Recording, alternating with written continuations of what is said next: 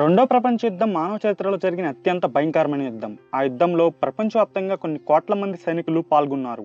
World war 2 యొక్క origins, events and consequences ని ఈ వీడియోలో చూద్దాం. వరల్డ్ వార్ 1 ఎండ్ అయిన తరువాత డిఫీటెడ్ సెంట్రల్ ఎంపైర్స్ ని వార్కి సోల్ రెస్పాన్సిబుల్ గా డిక్లేర్ చేశారు. Austria Hungary and Ottoman empire ని డిస్మాండిల్ చేయడంతో పాటు సెంట్రల్ పవర్స్ మీద హెవీ శాంక్షన్స్ ని విధించారు. వరల్డ్ వార్ 1 యొక్క రెపరేషన్స్ అండ్ డెట్ ని జర్మనీ పే చేయాల్సి వచ్చింది. జర్మన్ కాలనీస్ అండ్ సమ్ టెరిటరీని ఎలా షేర్ చేసుకున్నారు. దీంతో పోలాండ్ ని రీక్రియేట్ చేశారు. ఈ శాంక్షన్స్ ని జర్మన్ పీపుల్ హ్యూమిలియేషన్ గా భావించారు. ఎక్సెసివ్ డెట్ వల్ల జర్మన్ ఎకానమీ బలహీనపడింది. దీంతో జర్మనీలో హైపర్ ఇన్ఫ్లేషన్ వచ్చింది. ఈ కారణం వల్ల నేషనల్ మింట్స్ బ్యాంక్ నోట్స్ ని ఎక్సెసివ్ గా ప్రింట్ చేశాయి. దీంతో కరెన్సీ డివాల్యుయేట్ అయ్యింది. 1924లో తీసుకున్న మెజర్స్ వల్ల హైపర్ ఇన్ఫ్లేషన్ ఆగిపోయి ఎకానమీ స్టెబిలైజ్ అయింది. కానీ 1929 న్యూయార్క్ వాల్ స్ట్రీట్ క్రాష్ అయింది. దీనివల్ల 20th సెంచరీలోనే వర్స్ట్ ఎకనామిక్ క్రైసిస్ వచ్చింది. ఈ క్రైసిస్ యొక్క ఇంపాక్ట్ ప్రపంచం మొత్తం మీద పడింది. దీంతో వరల్డ్ వైడ్ ఎకనామిక్ క్రైసిస్ వచ్చింది. జర్మనీలో అన్ఎంప్లాయ్మెంట్ రేట్ ఒక్కసారిగా పెరిగింది. జర్మనీలో దాదాపు 6 మిలియన్ పీపుల్ అన్ఎంప్లాయిడ్గా మిగిలిపోయారు. జర్మనీలో సివియర్ ప్రాబ్లమ్స్ ఉండడం వల్ల నేషనలిజం పెరిగింది.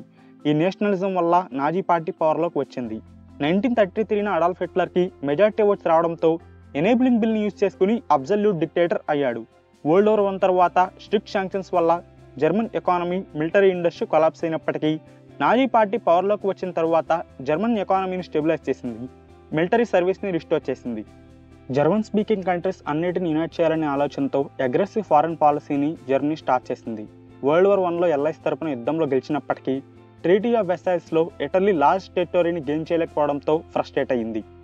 1922 fascist party dictator Benito Mussolini పవర్లోకి వచ్చాడు. కొలోనియల్ ఫారెన్ పాలసీని ఇటలీ అడాప్ట్ చేసుకుంది. ఇథియోపియా దేశాన్ని ఆక్రమించి అల్బేనియా ఇన్వేషన్కి ఇటలీ రెడీ అయింది. 1936 స్పెయిన్లో 3 years సివిల్ వార్ స్టార్ట్ అయింది.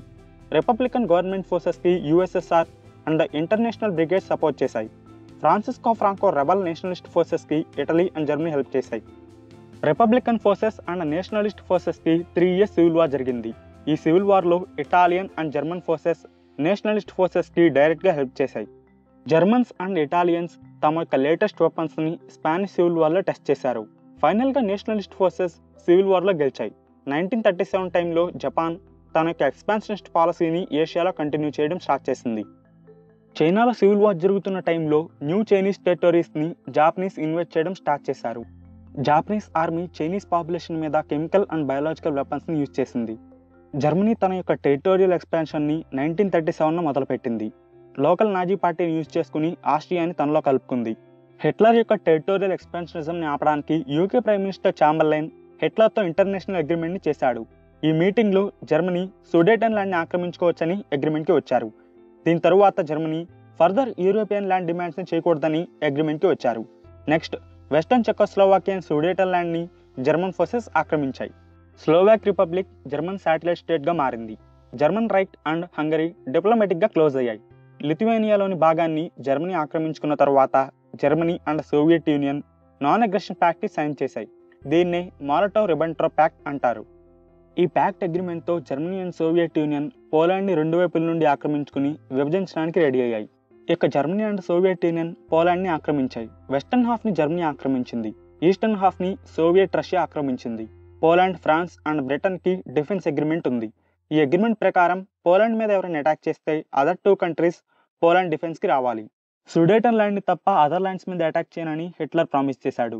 కానీ ఈ అగ్రిమెంట్ని బ్రేక్ చేసి పోలాండ్ని జర్మనీ ఆక్రమించుకోవడంతో British and France September 3, 1939 Germany మీద యుద్ధాన్ని ప్రకటించాయి. పోలాండ్ని సోవియట్ యూనియన్ కూడా ఆక్రమించుకున్నప్పటికీ British and France Soviet Union మీద యుద్ధాన్ని ప్రకటించలేదు. So British and France Germany మీద యుద్ధాన్ని ప్రకటించడంతో వరల్డ్ వార్ 2 స్టార్ట్ అయింది. ఆ మూమెంట్లో జర్మన్ ఫోర్సెస్ ఈస్టర్న్ సైడ్ను ఉన్నాయి, కానీ ఎల్ఐడ్ ట్రూప్స్ వెస్టర్న్ సైడ్ని ఇనిషియేటివ్ తీసుకోలేదు. జర్మన్ మిలిటరీ ఇండస్ట్రీకి కావాల్సిన ఐరన్ ఓర్ నార్వే రూట్ నుండి వస్తుంది. ఈ స్ట్రాటజిక్ రూట్ని కట్ చేయడానికి ఫ్రాన్స్ అండ్ యూకే ట్రై చేశాయి. దీనికి రెస్పాన్స్గా జర్మనీ డెన్మార్క్ అండ్ నార్వేని ఆక్రమించింది. ఎర్లీ సెప్టెంబర్ 1939 ఫ్రాన్స్ జర్మనీ మీద సార్ అఫెన్సివ్ని స్టార్ట్ చేసింది. దీనికి రెస్పాన్స్గా జర్మన్స్ కౌంటర్ అఫెన్సివ్ని స్టార్ట్ చేశారు. మిడ్ అక్టోబర్ టైంకి ఫ్రెంచ్ ఫోర్సెస్ని జర్మన్ లైన్ సౌత్ సైడ్కి జర్మన్ ఫోర్సెస్ పుష్ చేశాయి. మే 10, 1940 టైంకి Belgium, France, Luxembourg and Netherlands దేశాలని జర్మన్ ఫోర్సెస్ ఆక్రమించాయి. బ్రిటిష్ ఫోర్సెస్ డంకర్క్ దగ్గర ఎవాక్యువేట్ అయ్యాయి. ఈ ఇన్వేజన్లో Germany lightning war or blitzkrieg స్ట్రాటజీని యూజ్ చేసింది. ఫ్రెంచ్ కాలనీస్ ఇండైరెక్ట్గా జర్మన్ కంట్రోల్లోకి వచ్చాయి. విచి ఫ్రాన్స్ టెరిటరీ జర్మన్ కాలనీగా మిగిలింది. Belgian Congo and French colonial ప్రాంతాల్లో కొన్ని కంట్రీస్ ఎల్ఐస్ తరపునే ఉన్నాయి. జర్మన్ ఆక్యుపైడ్ కంట్రీస్ యొక్క గవర్నమెంట్స్ బ్రిటన్కి ఎక్సైల్ అయ్యాయి. ఫ్రెంచ్ ఎక్సైల్డ్ గవర్నమెంట్ ఫ్రీ ఫ్రాన్స్ని క్రియేట్ చేసింది. ఫ్రీ ఫ్రాన్స్ తన యొక్క క్యాపిటల్ని బ్రాజవిల్లేలో గుర్తించింది. ఫ్రెంచ్ రెసిస్టెన్స్ని జర్మన్స్ కొన్ని ప్రాంతాల్లో ఫేస్ చేశారు. Germany and Soviet Union non aggression ప్యాక్ట్కి వ్యతిరేకంగా సోవియట్ యూనియన్ బాల్టిక్ స్టేట్స్ని సీజ్ చేయడంతో పాటు రొమేనియాలో కొంత ప్రాంతాన్ని ఆక్రమించింది. సోవియట్ యూనియన్ ఫిన్లాండ్ని కూడా ఇన్వేట్ చేసి కొంత భాగాన్ని ఆక్రమించుకుంది. జూన్ 10, 1940న ఇటలీ జర్మనీ తరపున యుద్ధంలో పాల్గొంది. Germany, Japan and Italy Axis పవర్స్గా ఫామ్ అయ్యాయి. ఐర్లాండ్ తప్ప బ్రిటిష్ యొక్క colonies and dominions second world వార్లో ఎంటర్ అయ్యాయి. Allied forces and Italian colonies మధ్య ఆఫ్రికాలో యుద్ధం ప్రారంభమైంది. బ్రిటిష్ అండ్ జర్మన్ ఫోర్సెస్ మధ్య ఏరియల్ బ్యాటిల్స్ కంటిన్యూ అయ్యాయి. బ్రిటిష్ సిటీస్ మీద జర్మనీ బాంబింగ్ చేసినప్పటికీ బ్రిటిష్ను ఓడించలేకపోయింది. దీని తర్వాత హిట్లర్ తన యొక్క ప్లాన్ని చేంజ్ చేశాడు. సోవియట్ యూనియన్ని ఆక్రమించడానికి రెడీ అయ్యాడు. హిట్లర్ కమ్యూనిజంని అసహించుకునేవాడు. కమ్యూనిజంని ఓడించడం తన యొక్క డెస్టినీగా భావించేవాడు.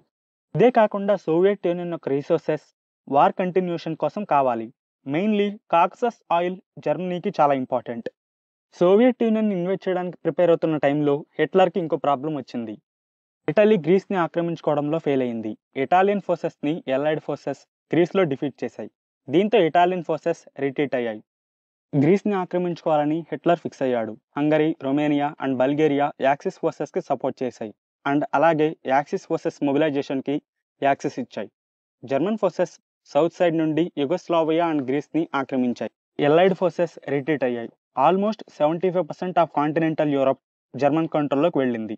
జర్మన్ ఆక్యుపైడ్ యూరప్లో జర్మన్ ఫోర్సెస్ డిఫరెంట్ వేస్లో రెసిస్టెన్స్ని ఫేస్ చేశాయి. Organised strikes, demonstrations and even armed resistance ఫైటర్స్ని జర్మన్ ఆక్యుపైడ్ ఫోర్సెస్ ఫేస్ చేశాయి. కొన్ని గ్రూప్స్ జర్మన్ ఆపరేషన్స్ మీద స్పై చేశాయి. ఈస్టర్న్ యూరోప్లో గొరిల్లా ఫోర్సెస్ యాక్సిస్ ఆర్మీస్ని అండర్మైన్ చేశాయి. యుగోస్లావియా అండ్ గ్రీస్లో resistant communist fighters and royalist groups మధ్య కాన్ఫ్రంటేషన్స్ వచ్చాయి. పోలాండ్లో రెసిస్టెన్స్ అండ్ ఆక్యుపైడ్ ఫోర్సెస్ మధ్య కాన్ఫ్రంటేషన్స్లో tens of thousands of Poles చనిపోయారు. ఈవెన్ జర్మనీలో కూడా anti Nazi resistance groups increase అయ్యాయి. హిట్లర్ మీద అసాసినేషన్ అటెంప్ట్స్ కూడా జరిగాయి. బట్ అన్ని అసాసినేషన్ అటెంప్ట్స్ ఫెయిల్ అయ్యాయి. జూన్ 22, 1941న నాజీ జర్మనీ లార్జెస్ట్ మిలిటరీ ఆపరేషన్ని లాంచ్ చేసి సోవియట్ యూనియన్ని అటాక్ చేసింది. దీన్ని ఆపరేషన్ బార్బరోసా అంటారు. దీంతో సోవియట్ యూనియన్ కూడా ఎల్ఐడ్ ఫోర్సెస్లో డిఫాక్టో మెంబర్ అయ్యింది. నాజీ జర్మనీ తన యొక్క well equipped troops and motorised వెహికల్స్ని యూజ్ చేసుకుని రష్యన్ ఇన్వేజన్ని స్టార్ట్ చేసింది. సోవియట్ సిటీస్ అండ్ టౌన్స్ని ఒక్కొక్కటిగా ఆక్రమించుకుంటూ నాజీ జర్మనీ ముందుకు వెళ్తుంది. సోవియట్స్కి హెల్ప్ చేయడానికి ఎల్ఐస్ ఇరాన్ని ఆక్రమించి కాక్సస్ నుండి సప్లై రూట్ని ఓపెన్ చేశారు. జర్మన్ ఆర్మీ సోవియట్ యూనియన్ని డిఫీట్ చేస్తూ ఇన్నర్ టెరిటరీస్ని ఆక్రమించుకుంటూ ఫైనల్గా లెనిన్గ్రాడ్ని సీజ్ చేసింది. ఈ సీజ్ 872 డేస్ కంటిన్యూ అయింది. దీన్నే బ్యాటిల్ ఆఫ్ లెనిన్గ్రాడ్ అంటారు. ఈ యుద్ధంలో 10 లక్షల మంది సివిలియన్స్ చనిపోయారు. సౌత్ సైడ్న జర్మన్ ట్రూప్స్ మాస్కో గేట్స్ వరకు వెళ్లారు. మాస్కో గేట్స్ వద్ద నాజీ ఫోర్సెస్ అండ్ సోవియట్స్ మధ్య లార్జ్ కాన్ఫ్రంటేషన్ రావడంతో పాటు harsh and deadly winter start అయింది. ఫ్రంట్ లైన్స్ దగ్గర German SS units Slavic and Jewish పాపులేషన్స్ని లక్షల్లో చంపేశారు. ఏసియాలో జపాన్ ఫ్రెంచ్ ఇండో చైనాని ఆక్రమించింది. జపాన్స్ ఎక్స్పాన్షనిస్ట్ పాలసీని ఆపడానికి ఆయిల్ అండ్ స్టీల్ ఎంబార్గోని అమెరికా జపాన్ మీద విధించింది. దీనికి రెస్పాన్స్గా జాపనీస్ పెర్ల్ హార్బర్ మీద సర్ప్రైజ్ అటాక్ని లాంచ్ చేశారు. United States Pearl Harbor naval fleet మీద ఏరియల్ బాంబింగ్స్తో జాపనీస్ అటాక్ చేసి ఫ్లీట్ని నాశనం చేశారు. ఆల్మోస్ట్ 3000 నేవల్ సోల్జర్స్ చనిపోయారు. దీంతో అమెరికా ఎల్ఐస్ తరపున యుద్ధంలో పాల్గొంది. అమెరికా తన యొక్క ఫోర్సెస్ని పసిఫిక్ ఫ్రంట్లో డిప్లాయ్ చేసింది. సోవియట్ యూనియన్కి లార్జ్ సప్లైస్ని అమెరికా ప్రొవైడ్ చేసింది. ఈ సప్లైస్ జర్మన్ అడ్వాన్స్ని రెసిస్ట్ చేశాయి. పసిఫిక్లో జపాన్ న్యూ టెరిటరీస్ని ఆక్రమించింది. చైనీస్ సివిలియన్స్ని జపాన్ లక్షల్లో చంపడంతో పాటు 10 మిలియన్ చైనీస్ సివిలియన్స్ని ఫోర్స్డ్ లేబర్ క్యాంప్స్కి పంపింది. ఇండోనేషియాలో మిలియన్స్ ఆఫ్ ప్రిజనర్స్ని ఫోర్స్డ్ లేబర్స్గా జపాన్ యూజ్ చేసుకుంది. Burma and Thailand railway line construct చేయడంలో ఎల్ఐడ్ ప్రిజనర్స్ ఎగ్జాస్ట్ అయిపోయారు. Japanese army hundreds and thousands of ఉమెన్ని ప్రాస్టిట్యూషన్కి ఫోర్స్ఫుల్గా రిక్రూట్ చేసుకుంది. నాజీ యూరోప్లో కాన్సన్ట్రేషన్ అండ్ ఎక్స్టర్మినేషన్ క్యాంప్స్తో నాజీస్ లక్షల మంది Jews, political opponents, resistance fighters, gypsies and హోమోసెక్సువల్స్ని చంపేశారు. యూరోప్లో సెకండ్ ఫ్రంట్ని అవాయిడ్ చేయడానికి హిట్లర్ అట్లాంటిక్ వాల్ని నిర్మించాడు. మిలిటరీ ఇన్స్టాలేషన్స్ని కోస్ట్ మొత్తం నిర్మించాడు. బట్ 1942న ఎల్ఐస్ మొరక్కో అండ్ అల్జీరియాలో పోస్ట్ ల్యాండ్ అయ్యారు. ఫార్మర్ ఫ్రెంచ్ కాలనీస్ని ఎల్ఐస్ ఆక్రమించేశారు. దీంతో ఇటాలియన్ లిబియా ఎల్లైడ్ కాలనీస్ మధ్య ఉండిపోయింది. విచీ ఫ్రాన్స్ తన యొక్క కాలనీస్ లూజ్ అవడంతో నాజీ ఫోర్సెస్ విచీ ఫ్రాన్స్ని పూర్తిగా ఆక్రమించాయి. ఈస్టర్న్ ఫ్రంట్లో యాక్సిస్ ఫోర్సెస్ కాక్సస్ సప్లై రూట్స్ని బ్లాక్ చేయడానికి ట్రై చేశాయి. స్టాలిన్గ్రాడ్ దగ్గర Nazi forces and Soviet forces మధ్య లార్జ్ కాన్ఫరంటేషన్ వచ్చింది. దీన్నే బ్యాటిల్ ఆఫ్ స్టాలిన్గ్రాడ్ అంటారు. బ్యాటిల్ ఆఫ్ స్టాలిన్గ్రాడ్ దగ్గర జరిగిన ఇంటెన్సివ్ బ్యాటిల్లో నాజీ ఫోర్సెస్ మొదటిసారి ఆక్రమించుకోవడంలో ఫెయిల్ అయ్యాయి. ఇప్పటి నుండి సోవియట్ ఫోర్సెస్ కౌంటర్ అటాక్స్ని మాసివ్ స్కేల్లో లాంచ్ చేశాయి. ఆఫ్రికాలో ఎల్లైడ్ పవర్స్ అండ్ యాక్సిస్ పవర్స్ మధ్య జరిగిన యుద్ధంలో యాక్సిస్ పవర్స్ ఓడిపోయాయి. దీంతో ఆఫ్రికా ఎల్లైడ్ ఫోర్సెస్ కంట్రోల్లోకి వెళ్ళింది. ఆఫ్రికా నుండి సిసిలీ ల్యాండింగ్కి ఎల్లైడ్ ఫోర్సెస్ ఆర్గనైజ్ చేశాయి. ఇటాలియన్ గవర్నమెంట్ ముసోలినీని తొలగించి ఆర్మిస్టస్కి రిక్వెస్ట్ చేసింది. ఈ విషయం తెలుసుకున్న జర్మన్స్ ఇటలీని కూడా ఇన్వైట్ చేశారు. ఇటలీని జర్మన్ ఫోర్సెస్ ఆక్రమించారు. స్టాలిన్గ్రాడ్ బ్యాటిల్ తరువాత సోవియట్ యూనియన్ అన్ని వైపుల నుండి నాజీ ఫోర్సెస్ని గెలుస్తుంది. ఇక్కడి నుండి నాజీ ఓటమి ప్రారంభమైంది. జర్మన్ ఫోర్సెస్ని వెనక్కి నెట్టడం సోవియట్స్ మొదలుపెట్టారు. జూన్ 6, 1944న ఎల్ఐస్ నార్మండీ దగ్గర ల్యాండ్ అయ్యారు. ఎల్లైడ్ ఫోర్సెస్ నాజీ ఫోర్సెస్ని డిఫీట్ చేస్తూ ముందుకు వెళ్ళడం ప్రారంభించారు. ఫ్రాన్స్ని ఎల్ఐస్ ఆక్రమించారు. సమయం గడుస్తున్న కొద్దీ జర్మన్స్ మోర్ అండ్ మోర్ టెరిటరీస్ని లూజ్ అవుతున్నారు. ఎల్లైడ్ ఫోర్సెస్ జర్మన్స్ని ఇన్నర్ యూరోప్లోకి వేగంగా పుష్ చేస్తున్నారు. Eastern side Soviet Union Nazi control టెరిటరీస్ని లిబరేట్ చేస్తుంది. ఎల్లైడ్ ఫోర్సెస్ యొక్క విక్టరీ ఖాయమవడంతో యునైటెడ్ నేషన్స్ యొక్క క్రియేషన్ని అనౌన్స్ చేశారు. ఏప్రిల్ 30, 1945న సోవియట్స్ రాకముందు హిట్లర్ తన యొక్క బంకర్లో సూసైడ్ చేసుకున్నాడు. 8 డేస్ తర్వాత జర్మనీ సరెండర్ అయింది. Allied forces and Japanese forces మధ్య సౌత్ ఈస్ట్ ఏషియాలో యుద్ధం జరుగుతుంది. ఎల్లైడ్ ఫోర్సెస్ జాపనీస్ ఆక్యుపైడ్ టెరిటరీస్ని ఒక్కొక్కటిగా లిబరేట్ చేస్తున్నారు. అమెరికా అండ్ సోవియట్ యూనియన్ జపాన్ని ఓడించడానికి ఫోర్సెస్ని యునైట్ చేశారు. మంచూరియా నుండి మిలిటరీ ఇన్వేజన్ని సోవియట్స్ ప్రారంభించారు. జపాన్ సరెండర్ అవ్వకపోవడంతో హిరోషిమా అండ్ నాగసాకి మీద 2 అటామిక్ బాంబ్స్ని అమెరికా ప్రయోగించింది. ఆగస్ట్ 15, 1945న జపాన్ సరెండర్ అయింది. దీంతో వరల్డ్ వార్ II ఎండ్ అయింది. 6 సంవత్సరాలు జరిగిన రెండో ప్రపంచ యుద్ధంలో 6 కోట్ల మంది చనిపోయారు. వేలల్లో ఎక్కువ మంది సివిలియన్స్ ఉన్నారు. చాలా నగరాలు పూర్తిగా నాశనమైపోయాయి. ఎల్లైడ్ కంట్రీస్ జపాన్, జర్మనీ మీద ఇండిస్క్రిమినేట్ బాంబింగ్స్ చేశారు. లక్షల మంది జర్మన్స్ అండ్ జాపనీస్ చనిపోయారు. లక్షల మంది ఈస్టర్న్ యూరోపియన్స్ని సోవియట్ ఫోర్సెస్ చంపాయి. యూరోప్ అండ్ సోవియట్ యూనియన్ లక్షల మంది జర్మన్ ప్రిజనర్స్ని బాండెడ్ లేబరర్స్గా యూజ్ చేసుకున్నారు. వీళ్ళలో చాలా మంది చనిపోయారు. జర్మనీ అండ్ ఆస్ట్రియా దేశాలని ఎల్ఐస్ అండ్ సోవియట్ యూనియన్ 2 భాగాలుగా విభజించారు. యూరోపియన్ పవర్స్ వార్ వల్ల ఎగ్జాస్ట్ అయిపోయాయి. America and Soviet Union global super పవర్స్గా ఎమర్జ్ అయ్యాయి.